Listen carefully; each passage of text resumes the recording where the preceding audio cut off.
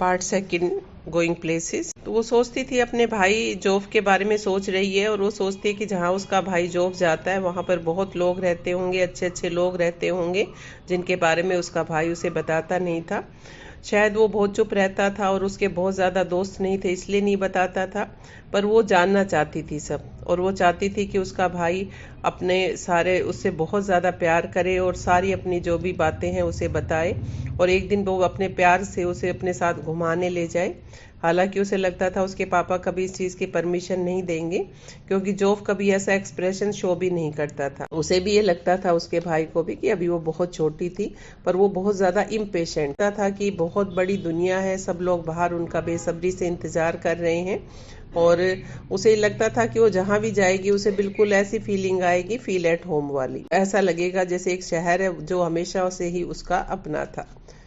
उसे लगता था सारी दुनिया उसका इंतज़ार कर रही है एक्सपेक्टेंटली, और फिर वो ख्वाबों में चली जाती है, डे ड्रीमिंग लेने लग जाती है कि कैसे वो अपने भाई जोफ की बाइसिकल के पीछे बैठी हुई है। उसके भाई ने ब्लैक लेदर्स के चमकीले कपड़े पहने हुए हैं, और उसने एक येलो कलर की ड्रेस पहनी हुई है जो हवा में लहरा रही, और उसे लगता है कि जैसे ही लोग उनको देखते हैं खड़े होकर तालियां बजाकर उनका स्वागत करते। उसके बाद वो जब आती है रियलिटी में, तो उसने देखा उसका भाई एक कोई कंपोनेंट था जिसको वो अपने हाथ में घुमा रहा था, और ऐसा लग रहा था जैसे वो कंपोनेंट ना होकर कोई जानवर था छोटा सा जिससे वो बोलना नहीं चाहता। तो सोफी ने उसको आकर कहा कि मैं डैनी कैसी से मिली थी। तो उसने चारों ओर देखा उसके भाई ने कि कहाँ। अब ये डैनी कैसी एक नया कैरेक्टर है। डैनी कैसी एक फुटबॉल प्लेयर था उस वक्त, आयरलैंड टीम का, बहुत अच्छा खेलता था, बहुत ही जीनियस था वो, और सोफी उसके लिए फैंटेसी रखती थी, इन्फेचुएशन रखती थी, उसको प्यार करती थी, और उसे हर जगह वही नजर आता था। तो उसने अपने भाई से कहा कि मैंने उससे मुलाकात की। तो उसका भाई अब्रप्टली देखता है, कहाँ पर? In the arcade funnily elf. वो कहती है कि आर्केड में, बड़ी हंसने वाली बात है, इट्स नेवर ट्रू। तो उसके भाई ने कहा ये हो ही नहीं सकता। तो वो कहती मुझे भी ऐसा ही लगा था जब मैंने उसको देखा।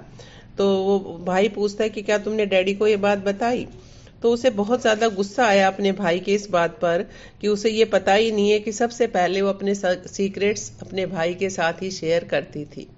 और ये एक वर्ड मैंने आपको बताया था, जिसके साथ आप अपने सीक्रेट शेयर करते हैं उसको बोलते हैं कॉन्फिडेंट, DANT, कॉन्फिडेंट। तो उसके भाई ने कहा पर मुझे तुम्हारी बात पर यकीन नहीं है। तो वो पूरी स्टोरी बताती है कि मैं ऐसे ही एक रोएस विंडो, एक दुकान थी, उसमें मैं कपड़े देख रही थी, कोई मेरे पास आकर खड़ा हो गया और मैंने चारों ओर देखकर पूछा और कहा कि क्या तुम डैनी कैसी हो? उसके भाई ने कहा अच्छा कैसा दिखता है वो?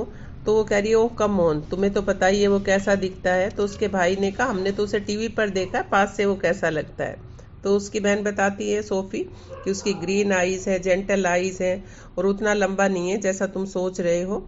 और उसे लगा कि शायद वो उसके दांतों के बारे में भी बताए कि उसके दांत कैसे हैं, पर उसने फिर चुप रहना ठीक समझा। तो जोफ ने कहा कि सोफी डैनी कैसी से मिली है। दूसरे कमरे में जाकर जोफ ने अपने फादर को बताया कि आपको पता है वो डैनी कैसी से मिलकर आई है। सोफी को इस बात पर बहुत ज़्यादा गुस्सा आया, और वो मेज पर बैठी हुई थी उस वक्त। उसके पापा ने अपना सर घुमाया और उसका जो एक्सप्रेशन था वो बिल्कुल कैसा था, डिसडेन का था, निराशा से भरा हुआ था। उसने कहा ठीक है। तो उसने कहा कि मुझे, उसके पापा ने कहा मुझे भी पता है, कई बार एक आदमी हुआ करता टॉम फिनी। उसने टीवी की ओर देखते हुए कहा पर वो बहुत पुरानी बात है। तो जोफ ने कहा हाँ आपने हमें बताया था। तो उसके पापा ने कहा कि कैसी भी, एक दिन वैसा ही हो सकता है।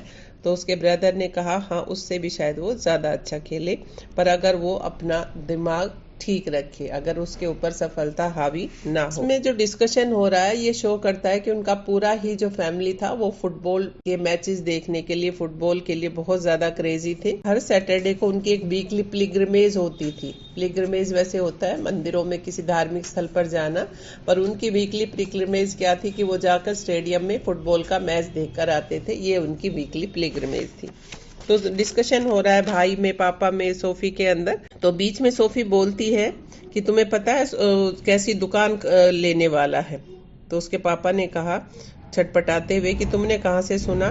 तो कहती है कि उसने खुद मुझे बताया था। तो उसके पापा बड़बड़ाते हैं और अपनी कुर्सी पर आराम से लेट जाते हैं और उन्होंने कहा कि फिर से तुम्हारी बकवास शुरू हो गई है, फिर से तुम्हारी बेबुनियाद कहानियां शुरू हो गई। तो सोफी कहता है कि नहीं, सोफी कहती है कि नहीं, मैं उससे आर्केड में मिली थी और जोफ भी इस बात का समर्थन करता है। उसके पापा कहते हैं कि एक दिन तुम अपनी इन मनगढ़ंत कहानियों की वजह से किसी मुसीबत में पड़ जाओगी। तो वो कहती है कि नहीं, जोफ को पता है ये सच है, जोफ तुम कहो ना। तो उसके पापा ने कहा कि अब वो तुम्हारे ऊपर कभी भी विश्वास नहीं कर पाएगा अगर वो करना भी चाहे। इसका रीजन क्या है? क्योंकि हर रोज वो कोई नई ना कई कहानी, कोक एंड बुल स्टोरी घर में सुनाती रहती। फिर वो अपने भाई के रूम का बताती है कि उसके भाई के कमरे में एक पोस्टर लगा हुआ था फुटबॉल टीम का, पूरा कलर्ड फोटोग्राफ्स थी और उसमें लाइन के अंदर कैसी बैठा हुआ था। तो सोफी कहती है कि तुम प्रॉमिस करो किसी को नहीं बताओगी। तो वो कहता है कि बताने लायक कुछ है ही नहीं। तो जोफ कहता है कि तुम प्रॉमिस करो वरना डैड तो मेरा मर्डर ही कर देंगे। तो कहती है वो तो जब करेंगे ना जब उन्हें मेरी बात पर यकीन होगा। तो वो उसका भाई उसे समझाता है कि सोफी, भगवान के लिए तुम अभी स्कूल में हो, कैसी के साथ तो लड़कियों की पूरी लाइन लगी होगी। तो सोफी बड़े कॉन्फिडेंस से कहती है कि नहीं, उसके पास कोई लड़की नहीं है, वो बिल्कुल मुझसे ही कमिटेड है, उसने खुद मुझे ये बताया है। तो उसका भाई समझाते क्या कोई लड़का किसी लड़की को ये बताएगा?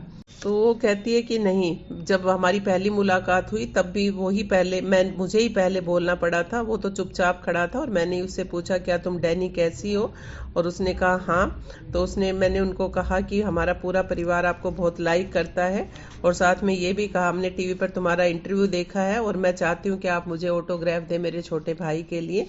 पर हम दोनों के पास ना तो पेपर था ना ही पेन था और ये रोइस विंडो में सब हुआ था। उस वक्त तो बिल्कुल अकेला था और अकेला इसलिए था क्योंकि आयरलैंड से आया हुआ है तो यहाँ पर उसका शायद कोई दोस्त भी नहीं है। तो उसने कहा कि मैं तुमसे अगर दोबारा मिलूं तो क्या तुम मुझसे मिलने आओगी और फिर मैं तुम्हें ऑटोग्राफ दे दूंगा।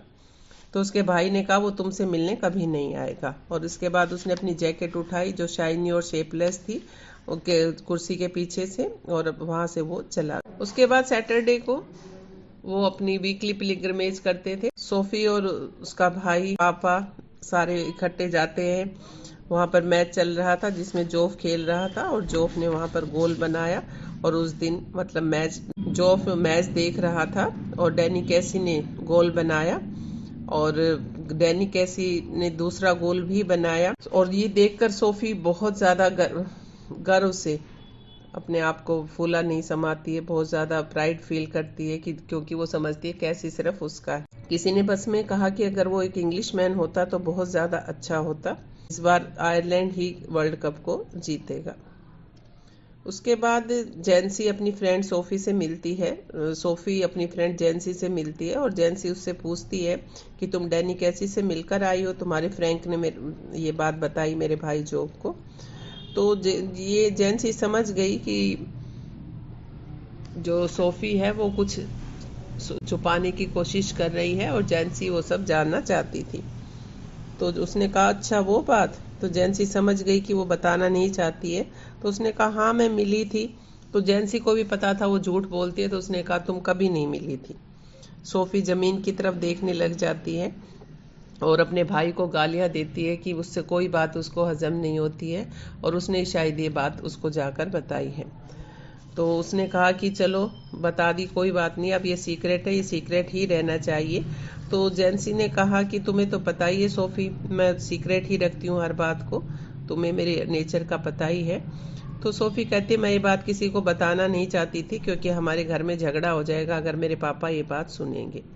तो जेंसी आंखें झपकाकर कहती है झगड़ा हो जाएगा, मुझे तो लग रहा था तुम्हारे पापा ये बात सुनकर बहुत ज्यादा खुश होंगे। और उसे फिर ये खुशी हुई कि जेंसी को उनकी डेट के बारे में नहीं पता था, शायद जोफ ने पूरा नहीं बताया और उसे थोड़ा चैन की सांस आई और उसने सोचा कि जोफ ने आखिर उसको लेट डाउन होने नहीं दिया। और तो जेंसी कहती है कि काश मैं भी वहां होती जिस वक्त तुम उससे डैनी कैसी से मिली थी। तो जेंसी उसको कहती है कि तुम मेरी बात पर विश्वास कर सकती हो, तुम्हें तो मेरे बारे में पता ही है। थोड़ा सा भी पार्ट है इसका, वो अगली वीडियो में फिर आपको मैं बताती हूँ।